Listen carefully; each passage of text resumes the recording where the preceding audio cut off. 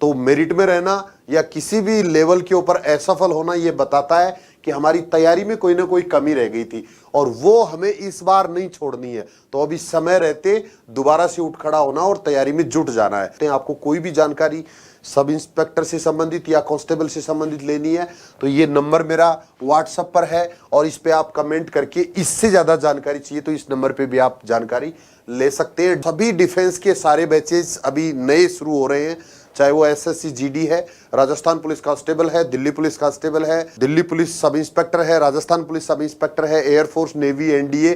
तो किसी भी बैच में अगर आपको ऑफलाइन तैयारी करनी है तो हॉस्टल फैसिलिटी है गर्ल्स एंड बॉयज दोनों के लिए। ऑनलाइन तैयारी करना चाहते हैं तो उनके लिए एप्लीकेशन है प्ले स्टोर पे Rim Defence Academy. Rim Defence Academy की अनुभवी टीम के साथ अपनी तैयारी को बेहतर बनाने के लिए अभी डाउनलोड करें प्ले स्टोर से रिम डिफेंस एकेडमी ऐप। नमस्कार, रिम डिफेंस एकेडमी के यूट्यूब चैनल पर मैं Ranveer Chaudhary, retired assistant commandant, आप सबका स्वागत करता हूं। दोस्तों, आज अपन बात करेंगे राजस्थान पुलिस कांस्टेबल की तैयारी करने वाले बच्चों के लिए।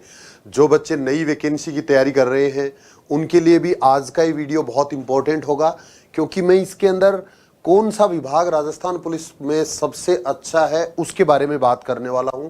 साथ में जिन बच्चों ने का फाइनल सिलेक्शन हो चुका है इनमें से किसी भी डिपार्टमेंट में, तो उनको भी ये जानकारी मिलेगी कि उनके डिपार्टमेंट में क्या क्या सुविधाएं उनको मिलने वाली हैं, किस तरह की ड्यूटीज उनको करनी पड़ेंगी। जिन बच्चों का इनमें से 2 जगह सिलेक्शन हो चुका है उनको कौन सा डिपार्टमेंट चुनना चाहिए, उनको भी इससे मदद मिलने वाली है। तो राजस्थान पुलिस कांस्टेबल से जुड़े हुए सभी बच्चों के लिए आज का टॉपिक बहुत ही इंपॉर्टेंट होगा। जो बच्चे पहली बार चैनल पे हैं वो चैनल को सब्सक्राइब कर सकते हैं और जो मेरे नियमित स्टूडेंट हैं वो वीडियो को पूरा देखिए, जिससे आपको भी इसके बारे में जानकारी मिल सके। तो सबसे पहले तो मैं ये बता दूं कि जो बच्चे नई वैकेंसी का इंतजार कर रहे हैं उनके लिए नई वैकेंसी एक तरह से आ चुकी है। राजस्थान पुलिस कांस्टेबल के लिए इस बार से सीईटी लागू किया गया है और सीईटी के फॉर्म अभी भरे जा रहे हैं। 11 नवंबर लास्ट डेट है। अगर अब तक भी आपने अगर आवेदन नहीं किया है तो फटाफट ऑनलाइन आवेदन कर दीजिए। सीईटी 10+2 का जो सीईटी का एग्जाम होगा वो 18 फरवरी से शुरू हो रहा है। तो उसके बाद जैसे ही उसका रिजल्ट आएगा सीईटी का, फिर नई वैकेंसी निकलेगी कांस्टेबल के लिए और उसमें सिर्फ वही लोग आवेदन कर पाएंगे जो सीईटी क्वालिफाई कर चुके होंगे। जो बच्चे इस बार मेरिट में रह गए हैं, फिजिकल में रह गए हैं या रिटर्न एग्जाम पास नहीं कर पाए, उनको दोबारा से उठ खड़ा होना है, दोबारा से तैयारी शुरू कर देनी है। क्यों? क्योंकि एक बार में बहुत कम लोग सेलेक्ट होते हैं। फाइनली पिछले दिनों हम इतने बच्चों से मिल रहे हैं, इतने बच्चों के इंटरव्यू मैंने डाल दिए अभी तक, जिनका भी सिलेक्शन इस बार हुआ है वो बच्चे पिछली बार मेरिट में रहे हुए हैं मैक्सिमम। तो मेरिट में रहना या किसी भी लेवल के ऊपर असफल होना ये बताता है कि हमारी तैयारी में कोई ना कोई कमी रह गई थी और वो हमें इस बार नहीं छोड़नी है। तो अभी समय रहते दोबारा से उठ खड़ा होना और तैयारी में जुट जाना है।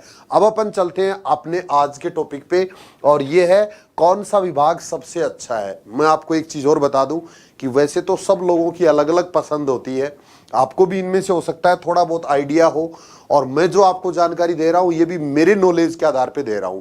हो सकता है कि किसी बारे में आप सहमत नहीं हो या आपको मेरे से भी ज्यादा जानकारी हो, ऐसा भी हो सकता है। और हर आदमी का देखने का, सोचने का नजरिया अलग अलग होता है। आपको किस तरह का काम करना पसंद होता है, आपका जो पृष्ठभूमि है वो कैसी है।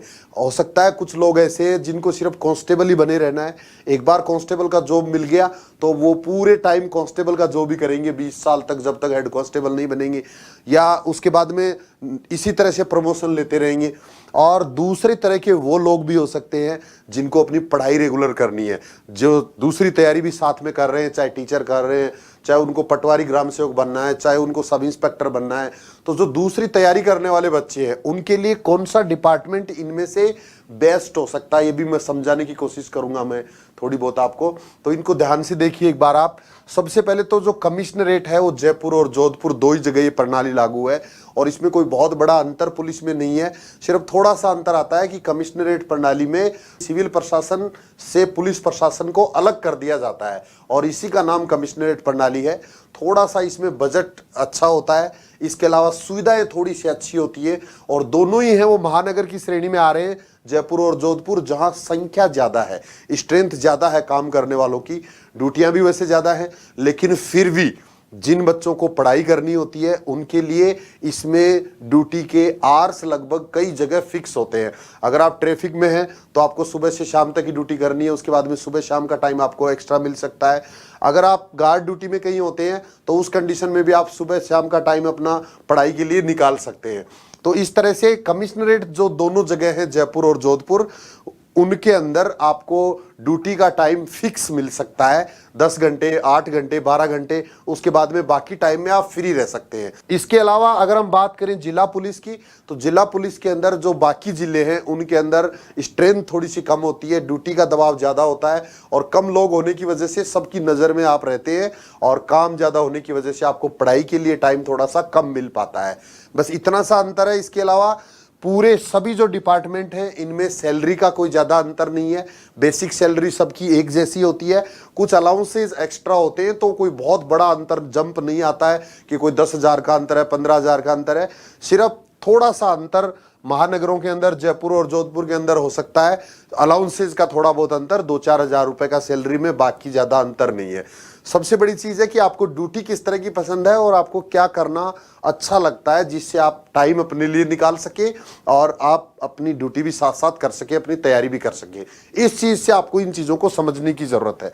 तो अगर आपका किसी भी जिला पुलिस में सिलेक्शन हुआ है और उसके साथ में कमिश्नरेट जयपुर या जोधपुर में से भी सिलेक्शन हुआ है तो आपको कमिश्नरेट को प्राथमिकता देनी चाहिए। ये दूसरे वाला जो पॉइंट है, एक से अधिक जगह सिलेक्शन पर कौन सा ज्वाइन करना है, ये वाली चीज भी आपको साथ साथ समझते जाना है। अगर आपको सिविल ड्रेस में काम करना है, अगर आपको ऑफिस टाइम में ड्यूटी करनी है, तो उसके लिए ये दोनों ही डिपार्टमेंट लगभग एक जैसे ही हैं। CID IB और CID CB, ये दोनों डिपार्टमेंट है, इनमें ऑफिस का जॉब होता है। ये IB का मतलब होता है intelligence bureau, crime investigation department CID और इंटेलिजेंस ब्यूरो, ये सिविल ड्रेस के अंदर काम करते हैं और इनकी ड्यूटी है वो ऑफिस टाइम की होती है। इसके अलावा जो संडे को छुट्टी भी हो सकती है और वो ड्यूटी के ऑफिसर्स पे डिपेंड करता है कि किस तरह की आपकी ड्यूटी आपको दी गई है। अलग से मैं एक वीडियो में अलग से सारी चीज़ें बता दूंगा, बट अब आप थोड़ा सा ये समझ लो कि इसमें सिर्फ सिविल ड्रेस में जॉब होता है और ऑफिस टाइम का जॉब होता है। जो छुट्टियां होती हैं राजस्थान सरकार की, वो छुट्टियों का भी इसमें फ़ायदा मिल सकता है।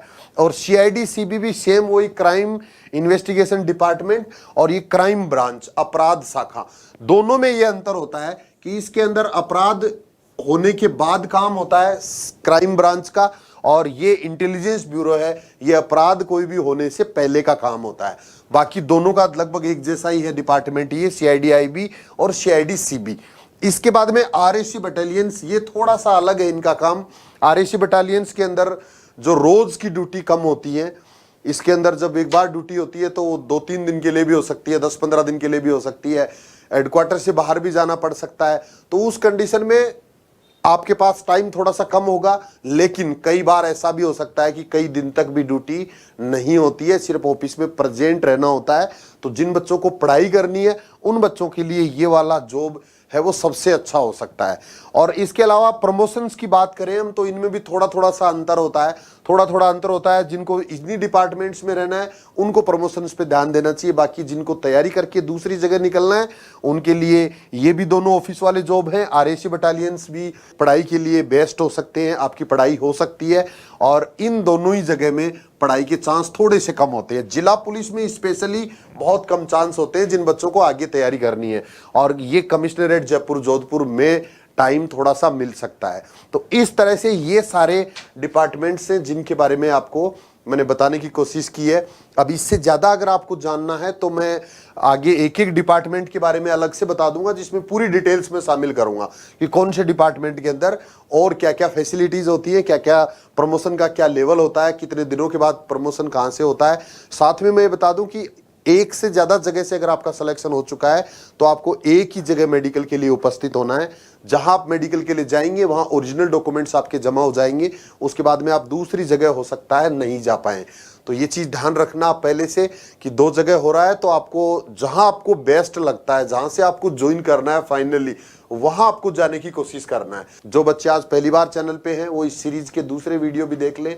पहले भी मैंने सारी चीजें बता रखी हैं, डॉक्यूमेंट्स के लिए मेडिकल के समय किन किन डॉक्यूमेंट्स की जरूरत आपको पड़ने वाली है और कैसे आपको तैयारी करनी है। स्पेशली जो नए बच्चे हैं जिनको अगली वैकेंसी की तैयारी करनी है, उनके लिए हमारी ये सीरीज बहुत ही इंपॉर्टेंट है। आज के लिए इतना ही। जय हिंद, थैंक यू, धन्यवाद।